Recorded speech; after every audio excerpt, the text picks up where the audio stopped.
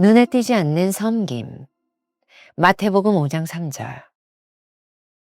완전한 가난. 우리가 자주 듣는 문구인 예수 그리스도를 돕기 위해 결단하세요 라는 말은 주님께서 절대로 원하지 않으시는 내용을 강조한 것입니다. 주님은 우리에게 항복하라고 하셨고 주를 돕기 위해 결단하도록 요구하신 적이 없으십니다. 우리의 의지력이나 인격적 아름다움 같은 것을 자랑할 수 없을 때 오로지 주님께 가난한 마음으로 나아갈 수 있습니다. 내 힘과 능력으로 하나님 나라에 들어갈 수 없음을 절실하게 깨닫는 그 지점에서 우리는 주님의 도움을 요청합니다. 이것이 항복입니다. 모든 일을 주님께 양도하는 것입니다. 주님께 가난함을 고백할 때 동시에 온전히 은혜를 요청합니다. 완전한 가난을 향해 나아가는 만큼 우리의 신앙이 온전해지고 주님과 친밀해질 수 있을 것입니다. 의식하지 않는 상태. 챔버스가 말하는 고귀한 신앙의 단계는 의식하지 않고 행하는 단계입니다. 주님의 일을 하면서 나는 유용한 존재인가를 생각한다면 주님의 손길에서 떨어져 나가게 될 것입니다. 그리스도인의 삶은 눈에 띄지 않고 절대로 의식되지 않습니다.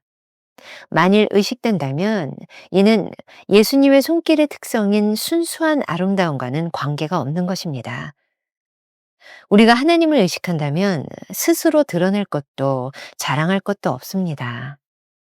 어떤 사람들이 우리에게 가장 영향을 미치고 있습니까? 스스로 우리에게 영향을 주었다고 생각하는 자들이 아니라 오히려 그런 의식과는 거리가 먼 사람들입니다. 그리스도인의 삶은 눈에 띄지 않고 절대로 의식되지 않습니다. 진정으로 영향력 있는 사람은 스스로 과장하거나 자아가 팽창하지 않습니다. 오히려 눈에 띄지 않고 의식되지 않지만 인격을 통해 그리스도인의 진짜 영향력이 드러납니다. 눈에 띄지 않는 섬김은 평범하고 순수하며 무의식적인 일상에서의 섬김입니다. 예수 그리스도의 나라의 바탕에는 평범한 것들의 순수한 아름다움이 있습니다. 하나님께서 인정하시는 진정한 아름다운 성품은 언제나 무의식적인 것입니다. 김병삼 목사의 매일 만나 365, 오늘은 8월 21일 눈에 띄지 않는 섬김이라는 제목으로 말씀을 나누겠습니다. 제가 오늘 이 말씀 묵상 녹화를 하기 위해서 들어오다가 한 번도 이렇게 주위에서 보지 않았던 저 뒤에 걸려있는 액자를 보게 되었어요. 저기에 보면 그런 글이 적혀 있네요. 주님은 나의 최고봉이 출판된 지 75년을 기념하여 라고 하면서 1300만 명 이상이 이 책을 읽었다. 즉 1300권 이상의 책이 팔렸다라고 하는 액자를 보게 되었어요. 여러분, 우리가 계속해서 올 한 해 이 주님은 나의 최고봉을 묵상하고 있는데 여러분들 눈에 보이지 않는 1300만 명이 넘는 사람들이 함께 이 책을 묵상하며 영적 교감을 누리고 있다는 것을 생각하십시오. 그리고 오늘 이 시간에도 많은 사람들이 우리들이 영적 교감을 누리고 있구나. 이 사실이 오늘 여러분들에게 힘을 주는 그런 자리가 되었으면 좋겠습니다. 자, 첫 번째 주제, 완전한 가난. 성경 말씀과 우리가 믿고자 하는 것 사이에 많은 차이가 있습니다. 성경은 분명하게 가난한 자는 복이 있다라고 말씀하는데 실제 삶에서는 우리의 의지력이나 인격의 아름다움을 강조할 때가 많습니다. 이런 것들이죠. 챔버스의 말입니다. 우리가 자주 듣는 문구인 예수 그리스도를 돕기 위해 결단하세요라는 말은 주님께서 절대로 원하지 않으시는 내용을 강조한 것입니다. 주님은 우리들에게 항복하라고 하셨고 주를 돕기 위해 결단하도록 요구하신 적이 없습니다. 왜 가난한 사람이 복이 있을까요? 왜 가난한 사람이 하나님 나라에 들어가는 것일까요? 우리의 의지력이나 인격적 아름다움 같은 것들을 자랑할 수 없을 때 오로지 주님께 가난한 마음으로 나아갈 수 있기 때문이죠. 하나님 나라에 자신의 힘과 능력으로 들어갈 수 없음을 절실하게 깨닫는 그 지점에서 우리는 주님의 도움을 요청합니다. 이것을 항복이라고 말합니다. 모든 일을 주님께 양도하는 것입니다. 여전히 우리 힘으로 하나님 나라에 들어갈 수 있다고 생각한다면 그 노력이 우리를 무척 곤고하게 만들 것입니다. 도저히 이룰 수 없는 일에 헌신하고 있으니 말입니다. 반면 우리가 주님께 가난함을 고백할 때 동시에 온전히 은혜를 요청합니다. 그때 은혜를 누리는 삶이 시작됩니다. 오늘 묵상글을 보면서 그런 생각을 합니다. 완전한 가난을 향해 나아가는 만큼 우리의 신앙이 온전해지고 주님과 친밀해질 수 있을 것이라고 말입니다. 우리가 기억해야 될 한 줄 노트. 온전히 주님을 믿고 의지할 때 완전한 가난뱅이가 되어 천국에 들어갈 수 있습니다. 두 번째 주제, 의식하지 않는 상태. 챔버스는 오늘 묵상에서 요한복음 7장 38절에 나오는 나를 믿는 자는 그 배에서 생수의 강이 흘러나리라. 그 말씀을 인용하고 있습니다.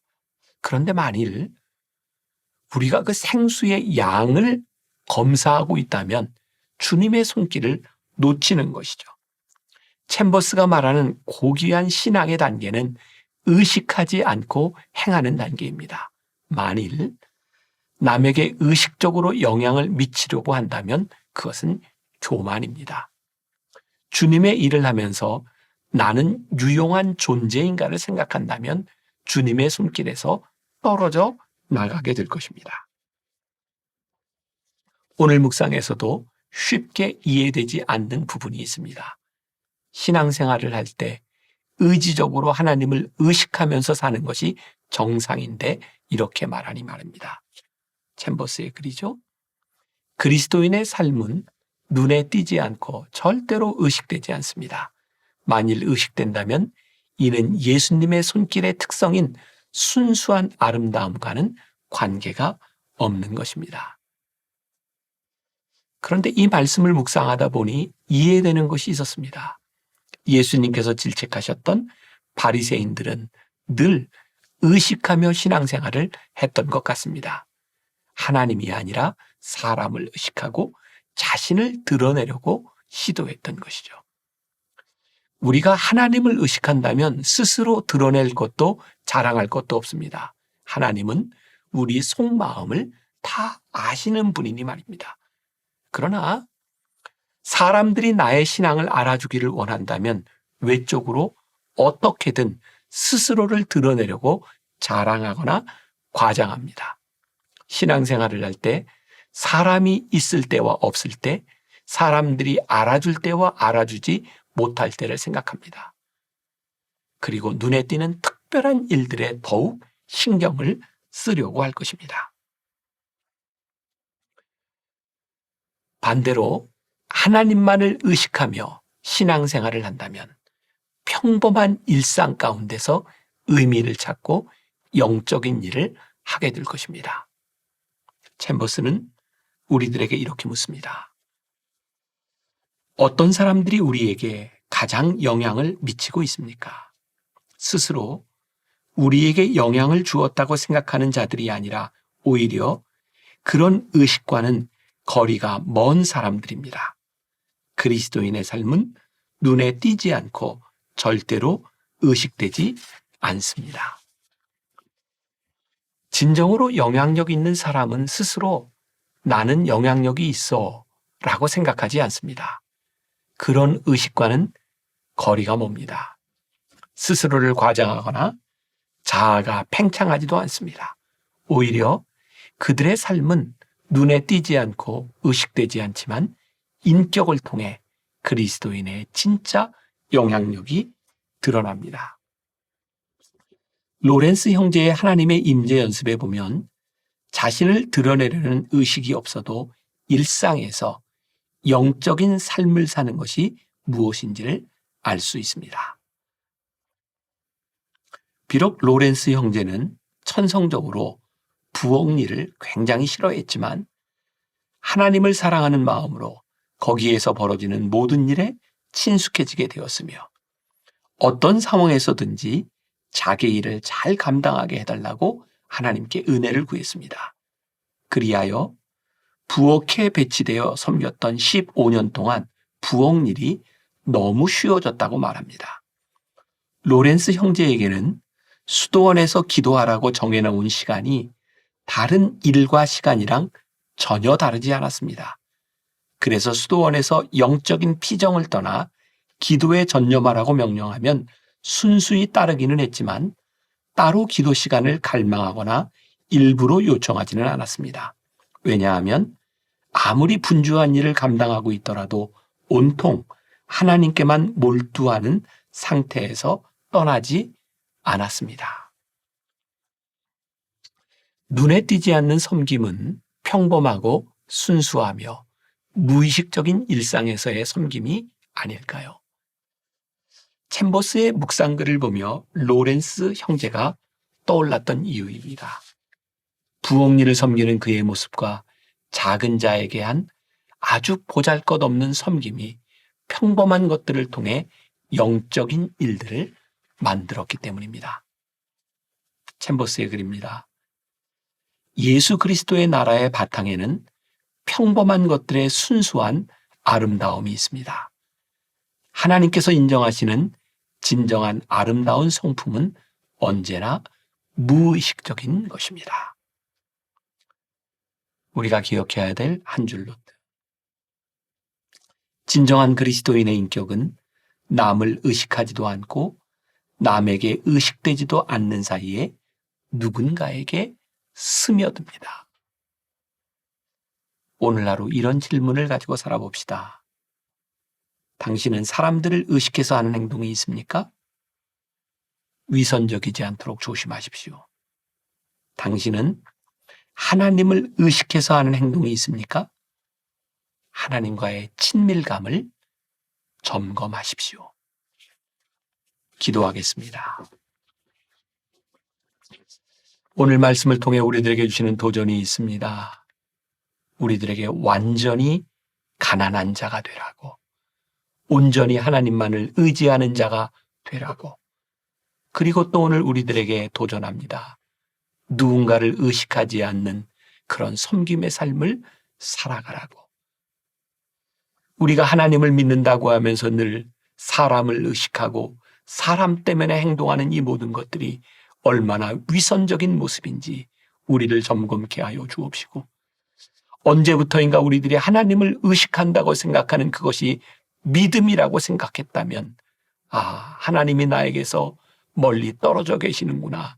우리의 신앙을 점검케 하여 주셔서 하나님과 우리와의 진정한 친밀함, 하나님을 의식하지 않아도 하나님 안에 있음으로 믿음으로 살아가는 그 신앙을 꿈꾸며 준비하며 기도하는 오늘 하루 우리 귀한 성도들이 되게 하여 주옵소서.